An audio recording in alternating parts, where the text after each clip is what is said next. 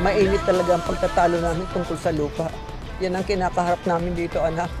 Bago pa mangyari ang sunog. They confirmed that it's cancer.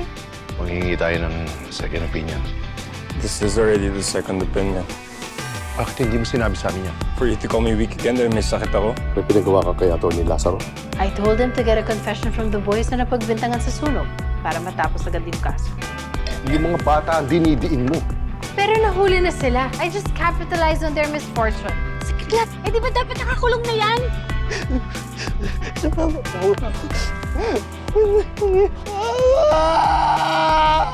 Anong nangyari? Kamusta si Kidlat?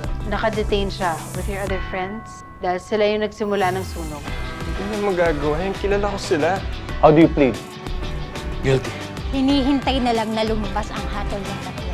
Matutuloy ang pagpapaupa sa relax. Sa ayaw at sa gusto niyo. Pwede kayo ipasok sa isang rehabilitation center sa mga kagaya nyo na children in conflict with the law.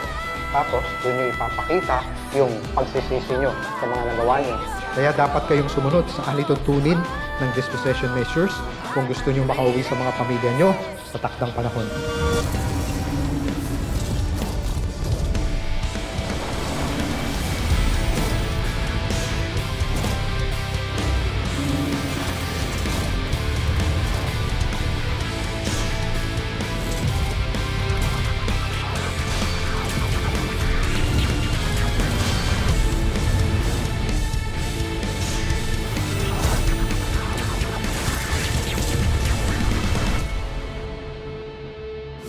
Hoy, Lando, ayusin mo!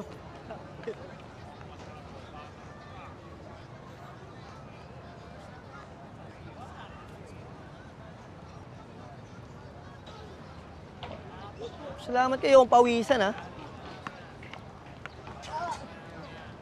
Sino ba kukutungan natin yan?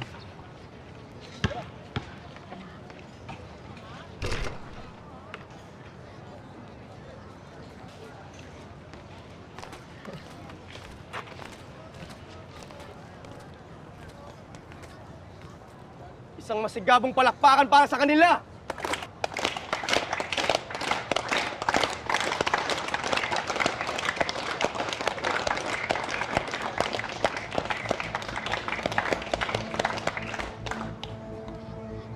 Tindi nyo, men, ha? Numero nyo. Oy, tinatanong kayo ni Suba. Sagutin nyo. Ilan daw nadali nyo?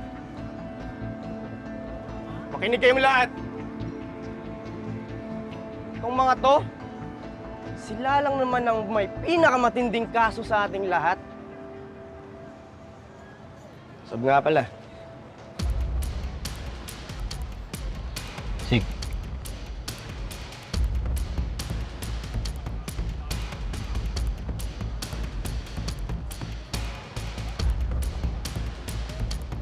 Dagol nga pala.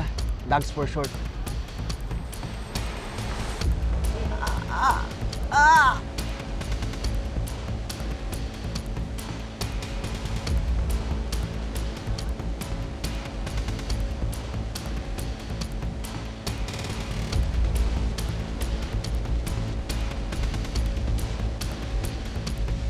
Ikaw ba amo dito? Aking boss? Sob lang. Sila tama.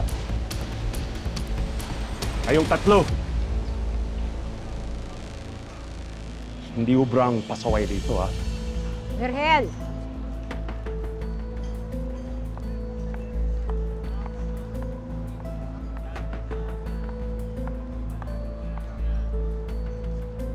Vergel, wag mo naman silang sindakin.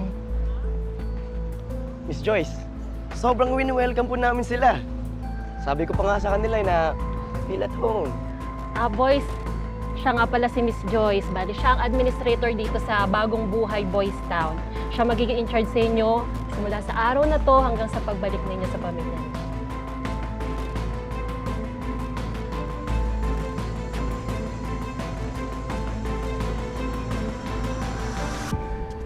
Mabuti na lang at na-meet nyo na si Angelo. Yung nag-welcome sa inyo kanina. Si Sob po? Sob? Yun ba pakilala niya sa inyo? Kabataan nga naman ngayon. kung ano-anong naiimbentong salita. Pero napakabait na bata niyang si Angelo. Di natin afford ang maraming security. Kaya may youth leader tayo gaya ni Angelo na tumutulong na i-organize ang mga bata dito. Siya gigising sa inyo sa umaga. Tumutulong din siyang magbantay tuwing kainan. Hindi lang pagtulog at pagkain ang gagawin niyo rito. May ALS program ang Boys Town para makabalik kayo sa pag-aaral at makapagtapos ng high school. Pagkatapos naman ng klase, tutulong din kayo sa mga gawaing bahay. Lahat dito tulong-tulong para mapanatiling maayos ang Boys Town. Alas 9 pa lang, lights out na rito. Isasara ang mga pinto ng kwarto ninyo at bawal na kayong lumabas.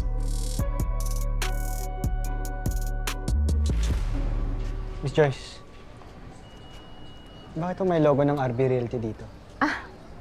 Ang mga Victor kasi ang nagpatayo nito. Sila rin ang nagmamanage. Sa darating na weekend, may charity event tayo dito. Darating ang mga Victor kasama ang ibang mga investors. Lahat ng bata dito magpe-perform. Kasama na kayo doon.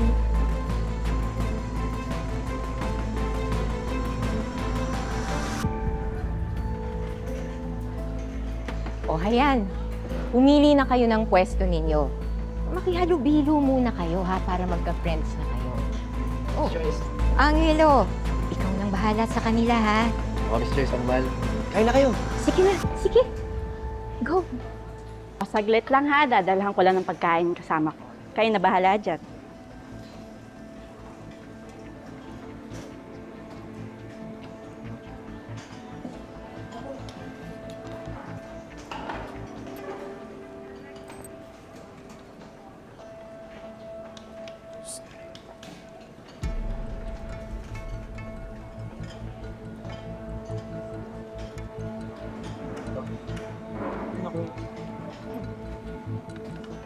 Hindi pa kami tapos!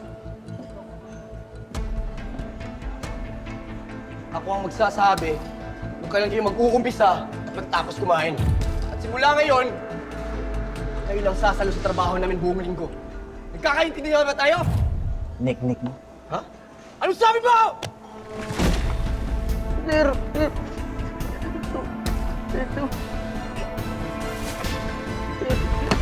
Tigil mo yan. Ano? Kapalaga? Kung lunurin ka sa sopas, Patigilin mo to. Ano nangyari? itong mga bago nagpasimulo ng away. Nababaligtad to ah. Siya pagsabihin mo. Utusan mo ba ako, ha? Kilalanin mo kung sinong binabangga mo. Patay na si Lando. Kaya huwag ka maghari-harian. Wala kang poder dito!